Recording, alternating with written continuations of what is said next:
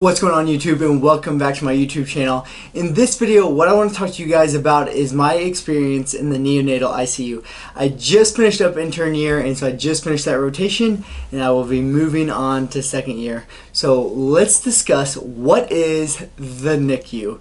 But before we get to this video, I want you guys to know that you are greatly, greatly loved, and that you are wonderfully and beautifully created, and that you are capable of far more than you could ever imagine.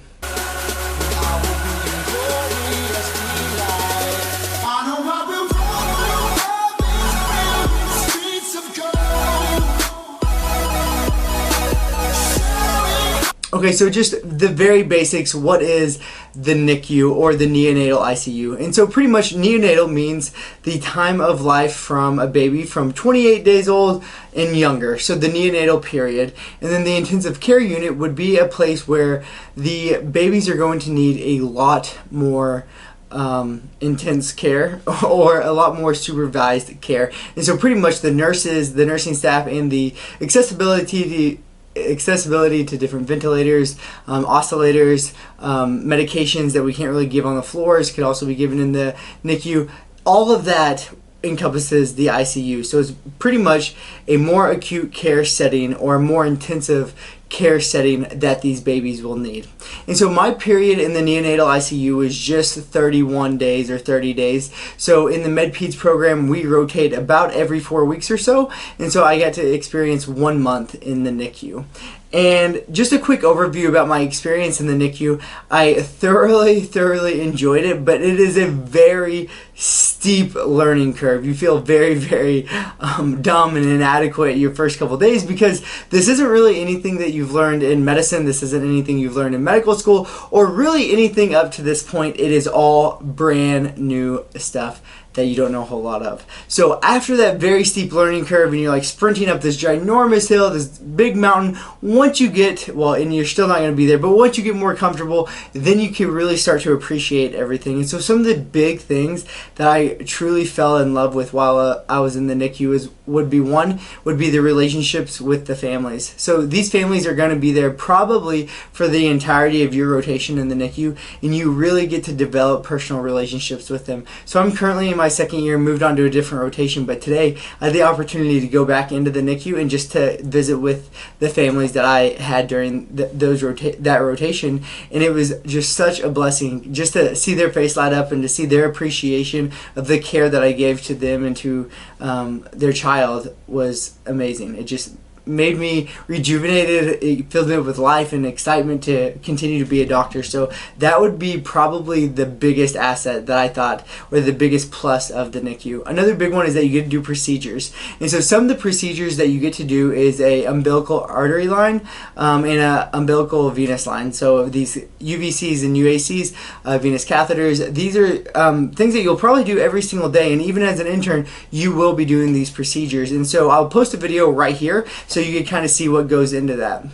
Honestly, the hardest process of it is just getting all the stuff set up and making sure you maintain sterile technique. Everything else is not too complicated, and so just about anyone could do it.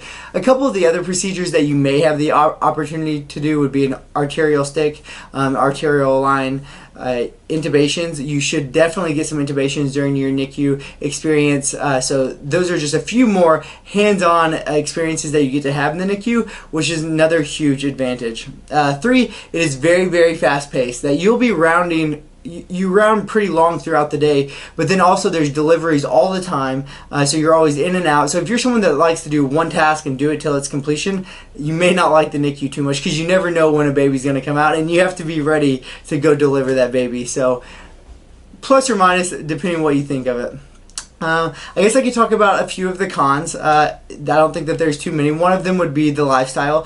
For a lot of, well, for residents anyway, the lifestyle is you're working very long hours. My first week I worked about 90 plus hours, and the same with the second week. The other ones were more around 70 to 80, but you could just kind of expect to be there 80 hours a week, and so you're work week is very, very long, and it's like working 2 full-time jobs. But if you enjoy it and you enjoy medicine, you shouldn't have a problem with it.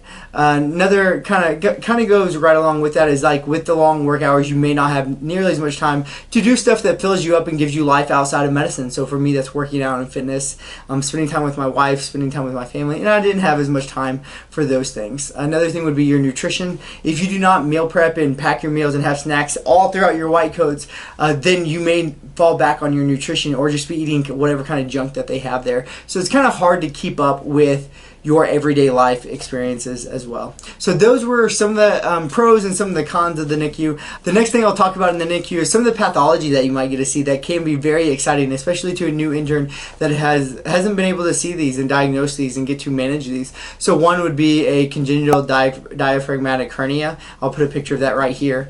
Another one would be gastroschisis and omphalocele. I'll put some of those pictures right here so you guys can kind of see what that's about. Let me see, what else did we see?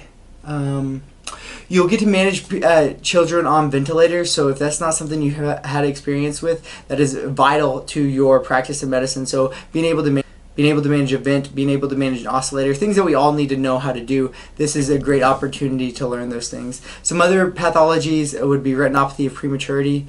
Intraventricular hemorrhages are very common. Different types of pneumonia and different types of bacteremia. Also, respiratory distress syndrome of the newborn, being able to intubate and use surfactant depending on how your facility utilizes those practices and techniques.